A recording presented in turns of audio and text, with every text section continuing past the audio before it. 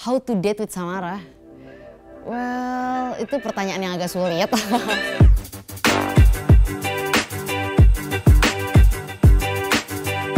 Hai, gue Samara Amani. Saat ini gue lagi ada di Bincang Kincir. Samara itu anak muda yang suka banget sama politik dan akhirnya dia memutuskan untuk terjun ke politik. Gue selalu nganggep kalau pengen serius mengubah bangsa ini, ya politik itu salah satu jalan yang masuk akal untuk membuat keputusan-keputusan yang ya manfaat lah di masyarakat. Samara itu orang yang sangat mengagumi sosok Bung Karno karena dia selalu ingin bisa beretorika dan menulis seperti Bung Karno. Dan secara samaan, Samara itu selalu ingin jadi gubernur DKI Jakarta. Walaupun umurnya belum cukup, tapi dia selalu yakin 10 tahun lagi dia akan jadi gubernur DKI Jakarta dan bawa perubahan bagi kota kelahirannya. How to date with Samara? Well, itu pertanyaan yang agak sulit. Tapi kalau misalnya pengen kenal gue lebih lanjut, gue selalu tertarik sama orang-orang itu yang punya pikiran bagus, bukan dari fisik gitu. Gue nggak pernah ngeliat orang ini, wah dia seganteng apa, dia seterkenal apa, tapi seberapa berisi sih dia tuh gitu. Karena percuma juga lo terkenal karena hanya ketampanan lo. Yang paling penting itu lo tuh berkontribusi nggak buat masyarakat.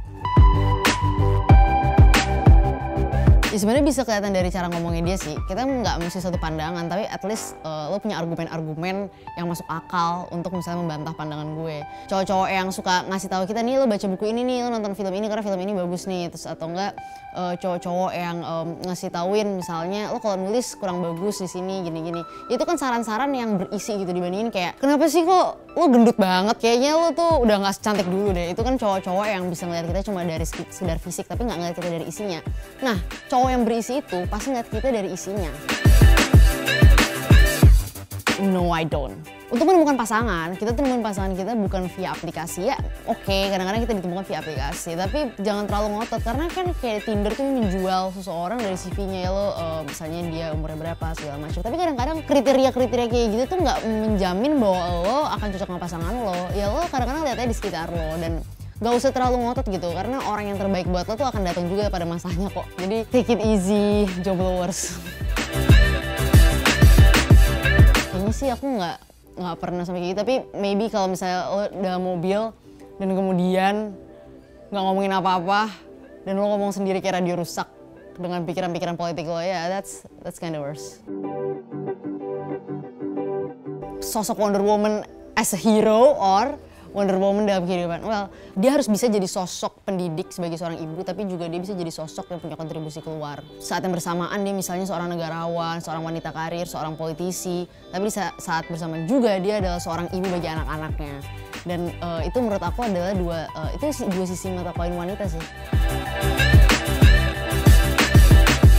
Hal pertama yang bakal gue ajarin ke dia itu pertama tentunya menerima pandangan yang beragam. Dan kedua, untuk percaya bahwa namanya perempuan itu gak selalu punya kewajiban yang lebih rendah daripada laki-laki. Kalian tuh equal dengan laki-laki. Walaupun kalian juga punya tugas-tugas, harus mendidik anak segala macam, tapi itu bukan suatu rintangan untuk kalian berkarya di tempat lain gitu. Karena menurut aku perempuan yang berkarya, berkontribusi bagi masyarakatnya itu bakal jadi panutan juga bagi anak-anak nanti.